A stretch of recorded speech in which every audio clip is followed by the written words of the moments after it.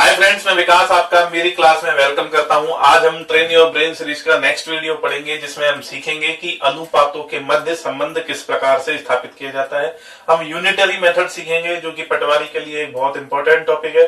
तो आप समझने की कोशिश कीजिए।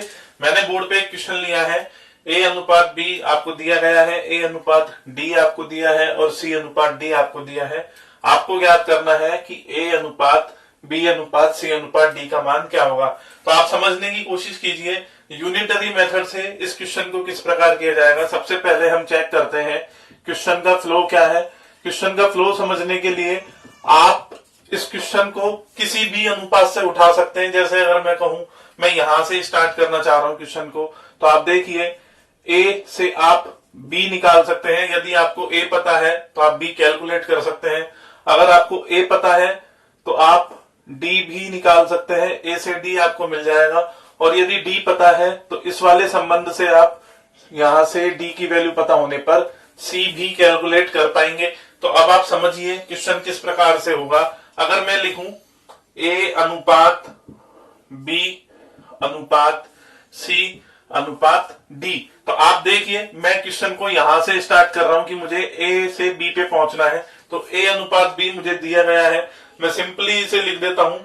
ए की वैल्यू 2 है तो बी की वैल्यू 3 है। अब आप खुद से सवाल पूछिए, जब ए 2 था तो बी आपका 3 है, जब ए आपका 2 है तो डी कितना होगा। आपको खुद से ये सवाल पूछना है, आपको यहां से इसका जवाब मिलेगा। आप देखिए इसे अगर आप पढ़ते हैं तो आप इस प्रकार पढ़ेंगे, ए का मान जब 3 है तो डी का मान 4 है। तो आपको देखना है कि ए का मान जब 2 हो गया तो डी का मान कितना होगा। आप समझिए, अगर आप कहें 3 किलो आलू 4 रुपए के हैं तो आपको खुद से पूछना है 2 किलो आलू कितने रुपए के होंगे। तो आप कह सकते हैं 2 चौकू 8 और बटे में 3 हो जाता है। तो यहां मैं कह सकता हूं कि 2 किलो आलू आपके 8 बटे 3 रुपए के हैं। यहां से मुझे डी का मान 8 बटे 3 प्राप्त हो गया है। यहां मैं कह सकता हूं कि डी मेरा 8 बटे 3 हो जाएगा। अब आपको खुद से पूछना है कि डी जब 8 बटे 3 है तो सी कितना होगा। आप देखिए इस वाले संबंध से मैं बता सकता हूं कि डी का मान जब 5 है तो सी मेरा 4 है। आप खुद से पूछिए कि डी जब 8 बटे 3 हो गया तो सी आपका कितना होगा। आप देखिए डी जब 5 था तो सी आपका 4 है, डी जब 8 बटे 3 है तो सी आपका 8 बटे 3 गुणा 4 बटे 5 के बराबर हो जाएगा। आप इस वैल्यू को यहां रखिए, फिर इसको हम कैलकुलेट करेंगे। आप देखिए 8 बटे 3 गुणा 4 बटे 5, अगर मैं इसको हल करूं तो ये कुछ इस प्रकार से दिखेगा, 2 अनुपात 3 अनुपात 8 चौकू 32 बटे 15 और यहाँ अनुपात मुझे 8 बटे 3। आगे इसको हल करने के लिए मुझे हरों का लैसे लेना होता है। आप देख सकते हैं यहाँ मेरे पास हर 1 है, यहाँ भी 1 है, यहाँ 15 है और यहाँ 3 है। तो जब मैं 1, 15 और 3 का लैसे लूंगा तो लैसे मुझे 15 प्राप्त होगा। और उस 15 से मैं पूरे अनुपात को गुणा करूं तो आप देखिए 2 बटा 1 गुणा 15, 3 बटा 1 गुणा 15, 32 बटे 15 गुणा 15, 8 बटे 3 गुणा 15। आप देखिए 15 दूनी 30 अनुपात 45 अनुपात 15 से 15 कट गया 32 अनुपात 40। आप कह सकते हैं ए अनुपात बी अनुपात सी अनुपात डी की वैल्यू 30 अनुपात 45 अनुपात 32 अनुपात 40 होगी। आप चाहें तो जो अनुपात आपको दिए गए थे आप उन्हें यहां से क्रॉस चेक भी कर सकते हैं। अगर मैं देखूं कि ए अनुपात बी कितना आता है तो आप देख लीजिए कि आपको 2 अनुपात 3 ही प्राप्त होगा। अगर आप देखना चाहें सी अनुपात डी कितना आता है तो आप देख लीजिए 32 अनुपात 40, या आपको 8 से कटने पर 4 अनुपात 5 ही प्राप्त होगा। हम अगला क्वेश्चन लेते हैं, उसको समझते हैं कि यूनिटरी मेथड का यूज करते हुए अनुपात का संबंध किस प्रकार से निकाला जाता है। बच्चों आगे इस क्वेश्चन को समझिए। इसमें भी हमें यहाँ पे बी अनुपात ए अनुपात ई, डी अनुपात बी तथा सी अनुपात ई दिया गया है और हमसे पूछा गया है कि ए अनुपात बी अनुपात सी अनुपात डी अनुपात ई का क्या मान होगा। तो इस क्वेश्चन को भी आप किसी भी अनुपात से शुरू कर सकते हैं।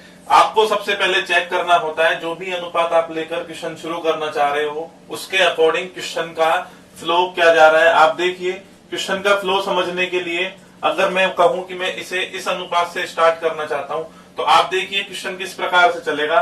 आप जानते हैं आपको दे रखा है A अनुपात E, यानी आप A से E का मान कैलकुलेट कर सकते हैं। सेकंड आप देखिए यहाँ पे, अगर आपको E पता लग गया तो इस वाले संबंध से आप E से C भी निकाल सकते हैं। तो E से आप C का मान बता सकते हैं कि C का क्या मान होगा।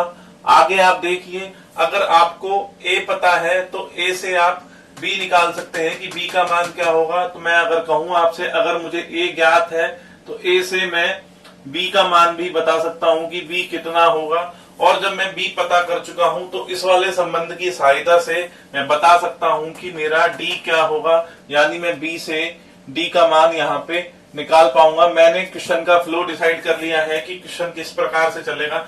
अब आप देखिए, यदि मैं लिखूं A अनुपात B अनुपात C अनुपात D अनुपात E का मान मैं लिखना चाहूं, तो मैंने आपसे कहा कि मैं इससे क्वेश्चन की शुरुआत करना चाह रहा हूं। तो आप देखिए, A का मान जब आपको 2 दिया हुआ है तब आपका E का मान 3 है। आगे आप देखिए, A अगर 2 था तो हमने पता कर लिया E हमारा 3 है।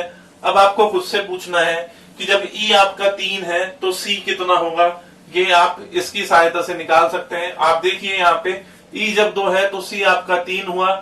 E जब आपका 3 हो गया तो C का वैल्यू आपकी 3 9 बटे 2, यानी C का मान 9 बटे 2 हो जाएगा। इस वैल्यू को मैं यहाँ कैलकुलेट कर चुका हूं कि C का मान 9 बटे 2 होगा। मैं यहाँ इसे रख देता हूं। आगे आप देखिए, आपको पता है कि A जब 2 है तो B आपका कितना होगा, आप ये कैलकुलेट कर सकते हैं इस वाले संबंध की सहायता से।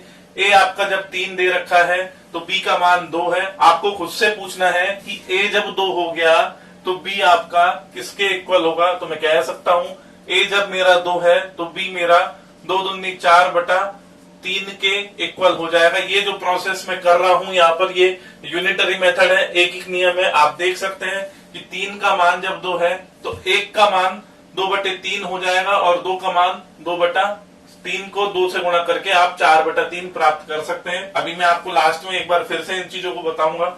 आगे आप देखिए, B की वैल्यू आपको 4 बटा 3 प्राप्त हो चुकी है। अब आप B और D में जो संबंध आपको दे रखा है उसकी सहायता से पता कर सकते हैं कि B का मान जब 4 बटा 3 है तो D की वैल्यू कितनी होगी। आप देखिए, आपको बता रखा है B जब 3 है तो D आपका 4 है। B जब यदि 4 बटे 3 हो गया तो D का मान क्या होगा, आप ये कैलकुलेट कर लीजिए। 4 बटा 3 को आप 4 से गुणा करेंगे तो आपको यहाँ 4 बटा 3 गुणा 4 प्राप्त होगा और उस 3 का आप भाग लगाएंगे तो कुछ इस प्रकार से आप इसे लिख सकते हैं। आप देख सकते हैं कि D का मान आपको 4 चौको 16 बटे 9 प्राप्त हो जाएगा। आपने यहाँ पे कैलकुलेट कर लिया है कि B अनुपात D आपका 4 बटे 3 और 16 बटे 9 के अनुपात में होगा। आगे आप इसको हल करिए और समझिए कि किस प्रकार से आप लय से लेकर इसे हल कर पाएंगे। आप यदि गौर से देखें तो यहाँ इसका लय से 18 आएगा। अगर 18 से आप पूरे इस अनुपात को गुणा करें तो देखिए यहाँ आपको 36 अनुपात, इसको जब 18 से गुणा करेंगे तो 4 बटा 3 जब 18 से गुणा होगा तो आपको यहाँ 24 प्राप्त होगा। ये जब 18 से गुणा होगा तो 81 मिलेगा। इसको जब आप 18 से गुणा करोगे तो 32 मिलेगा और यहाँ आपको 54 मिलेगा। पहले क्वेश्चन का आंसर आपको प्राप्त हो चुका है कि A अनुपात B अनुपात C अनुपात D अनुपात E का क्या मान होगा। आप यहाँ से कुछ भी क्रॉस चेक भी कर सकते हैं। जैसे अगर आपसे बोला जाए बताइए कि B अनुपात A कितना है, आप देख लीजिए 24 में और 36 में जब आप अनुपात निकालेंगे तो आपका 12 दूनी 24 और 12 दिए 36, वही सेम रेशो आपको प्राप्त होगा। अगर आपसे बोला जाए A अनुपात E कितना है, आप चेक कीजिए 36 और 54 को जब आप 18 से काटेंगे तो आपको सेम रेशो प्राप्त होगा। आगे आपसे एक क्वेश्चन और पूछा गया है, आपसे पूछा है कि C अनुपात A कितना होगा। यहाँ से आप बता सकते हैं कि 81 अनुपात 36, जब आप इसे 9 से काटेंगे तो C अनुपात A का मान आपको 9 अनुपात 4 प्राप्त होगा। यही आपका इस क्वेश्चन का आंसर है। आगे आपको मैं असाइनमेंट क्वेश्चन देता हूं और एक बार यूनिटरी मेथड बताता हूं। तो बच्चों, आगे ये दोनों क्वेश्चन आपके असाइनमेंट हैं, आप इन्हें जरूर घर पे खुद से ट्राई कीजिएगा। आपको ज्ञात करना है कि A plus B plus C बटे D plus E plus F क्या होगा। आपको पहले सभी में अनुपात ज्ञात करना होगा, उसके बाद आप इस क्वेश्चन को कर पाएंगे।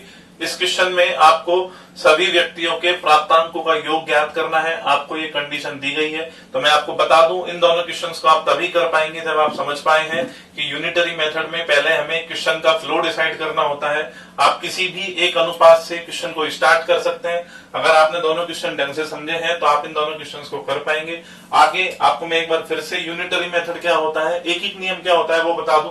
जैसे हम जनरल नॉलेज में, जनरल भाषा में कहते हैं कि 5 किलो आलू यदि 4 रुपए के हैं और आपसे पूछे जाए तो बताइए 2.5 किलो आलू कितने रुपए के होंगे, तो आप बता देते हैं जनरली कि भाई ये 2 रुपए के आएंगे। लेकिन अगर आपसे पूछ ले कि बताओ 17 किलो आलू कितने रुपए के होंगे, तो वो कैसे ज्ञात करते हैं, उसको समझने के लिए आप देखिए, पहले हम 1 का मान निकालते हैं कि 1 किलो आलू की कीमत 4/5 रुपए होगी। फिर हम किसी भी क्वांटिटी का मान निकाल सकते हैं। अगर आपसे 17 किलो पूछा गया है तो 17 किलो का मान 17 को आप 4/5 से गुणा करेंगे तो हम कह सकते हैं 68/5 रुपए होगी, यानी 13.6 रुपए आपकी 17 किलो आलू की कीमत होगी। आप समझिए, मैं जनरली समझाना ये चाह रहा हूं आपको कि अगर आपको कुछ क्वांटिटी का मान दिया हुआ है और आपसे किसी दूसरी क्वांटिटी का मान पूछ लिया जाए कि बताइए इसका मान क्या होगा, तो आप डायरेक्टली इसे इस प्रकार कर सकते हैं कि 17 चौको 68/5 यानी 13.6 रुपए। यही आपका एक एक नियम होता है, यूनिटरी मेथड है।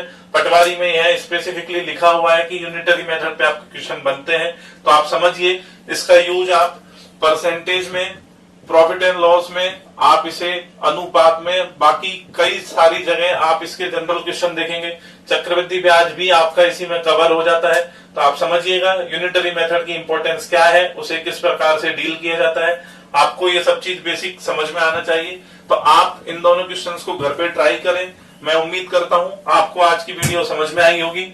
मैं आपको इस वीडियो में यही विराम दूंगा। ट्रेन योर ब्रेन सीरीज में मैंने आपको काफी कुछ अलग अलग कॉन्सेप्ट्स बताए हैं, तो जिन्हें अगर ये वीडियो पसंद आई तो आप नीचे मैंने डिस्क्रिप्शन में लिंक दिया है, आप उन वीडियोस को भी देखें जो मैं पहले पढ़ा चुका हूं। तो इसी के साथ मिलते हैं अगली वीडियो में, तब तक के लिए थैंक यू।